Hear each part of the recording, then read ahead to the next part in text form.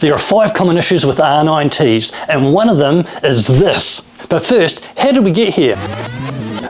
There's something special about getting a new bike magazine and sitting down and reading all the juicy details of the latest bikes being released in the coming year. But new bikes are expensive, and sometimes when you're in the market for a bike, a second-hand bike makes more sense. Maybe even a second-hand BMW R9T. And then that casual read turns into a full-scale internet information frenzy. Those beautiful lines and classic looks of these heritage motorcycles, along with performance specs smack in the sweet spot for everyday riding, make this bike, for many of us, the ultimate daily retro machine. The thought that you might be buying a new, or at least new to you, second-hand R9T can be intoxicating. But then those questions start exploding in your head, like, how will I know if it's mechanically sound? And how can I spot someone trying to hide potential problems? And will I end up burning hard-earned cash on a money pit? The reality can sometimes turn those dreams into nightmares. But this doesn't need to happen to you, because the key is to mitigate the risks by knowing a little about specific R9T issues and how to spot them before handing over your hard-earned money. And I like to call them the Big 5.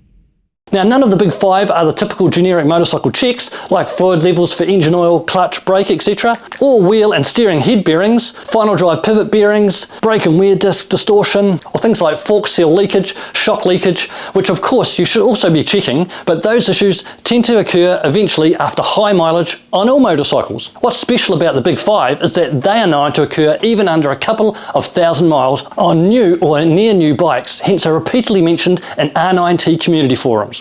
In reality, many R9Ts don't experience the Big 5 issues, but some experience one or even more than one. So to be sure that you're not unknowingly buying one of these issues and paying too much, let's get informed on what the issues are and how to spot them. Number 5, rattling sounds coming from your tank.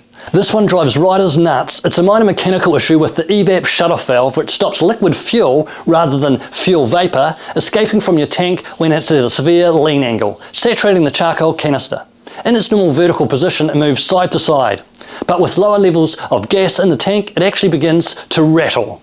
It's noticeable when the bike is at idle or when riding at low revs. It's not expensive or difficult to repair and just needs a plastic shim installed, which requires the removal of the tank cap and disassembly of the valve to install a nylon shim. On the seriousness scale, it gets, from me, a 1 out of 5, as it's just an annoyance rather than a major cost or a rider risk. On the repair side, if you did it yourself, it's going to be less than $1 for the shim plus your labour, but a bit more if you take it to a mechanic. Naturally, it's okay to buy an R9T with an issue, but you need to know that it's there, so that you can negotiate a fair price for both you and the seller.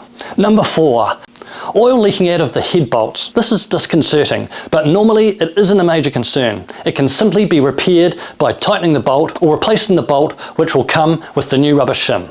Although sometimes it can be a bigger issue if the head cover is actually cracked, in which case the entire head cover needs replacing. It's an easy DIY job and does not require the oil to be dropped out, but the covers aren't cheap. It may not be obvious until after riding the bike a bit, and the pressure and temperature of the bike needs to build up in the engine. It can then find a path of least resistance. And if there is a crack in the thread, the splashing of oil on the inside of the cover will eventually work its way down that particular crack, becoming visible on the outside. So the longer the bike is running, the more likely that you can spot it. Mechanically, this is not super serious, but it could be expensive, so I'm giving it a 2 out of 5. From a repair perspective, if you did it yourself, it's probably US 15 up to US 295, depending on whether you need to buy a new cover. Number 3, final drive leaking oil. The last thing you want is final drive oil all over your rear tyre, and this can happen if the flange seal is failing, identified by trans fluid running down the final drive gearbox to the drain plug and dripping onto the rim, where it finally gets sprayed out by centrifugal force off the rim onto the tyre. That's not what you want for sure. A rear wheel rim will show signs of oil streaks in a uniform pattern unless of course the bike has been thoroughly cleaned, in which case take it for a good long test ride and then get off and check the rim and the tyre. If you see nothing, check around the actual final drive gearbox housing, as it may only just be starting to come out of the flange seal. This is potentially serious from a rider perspective, although initially the amount of oil will be minimal. So if caught early, the seriousness is only the cost of the repair. It is not something you can easily do yourself, as you need a special BMW cool at all. So again, I'm giving this a 4 out of 5 on a serious scale. With regards to the repair, the actual seal is cheap, just a few bucks, but the labour from a professional mechanic might set you back more than $200 US. If this video is being useful to you so far, I'd love you to smash the like button so that it can spread to more of us in the market for an R9T, and so that I can see if this video is being helpful to riders like yourself. So thanks for doing that. Number 2, steering damper leaking oil. All R9Ts are fitted with a Sachs steering damper. Unfortunately, these Sachs steering dampers seem to be of low quality. They are known to leak even with low miles on the clock. Get down low and look along the length of the damping rod, searching for any signs of an oily build-up, corrosion or pitting, normally accompanied by dirt and dust. Wipe your hand over it and see what comes off. If there's oil, then you're up for a new damper, or if it's a third-party item, a damper rebuild. Mechanically, this could potentially cause an accident, and it's not cheap, even though it's an easy DIY job. So I'm going to give it a 5 out of 5. With regards to repair, if you do it yourself, you're looking at something over US $250, depending on which particular damper you buy, plus 30 minutes of your own labour. Number 1, broken plastic fuel line connectors. This one seems a little scary, as it causes fuel to leak or even spray out over your potentially hot engine and exhaust. It's unlikely someone would sell you a bike knowing it had a major leak. And if it does, you will smell it and possibly see it. But a small leak may not be as easy to see. Although, if you even smell a small amount of fuel, it's worth investigating further.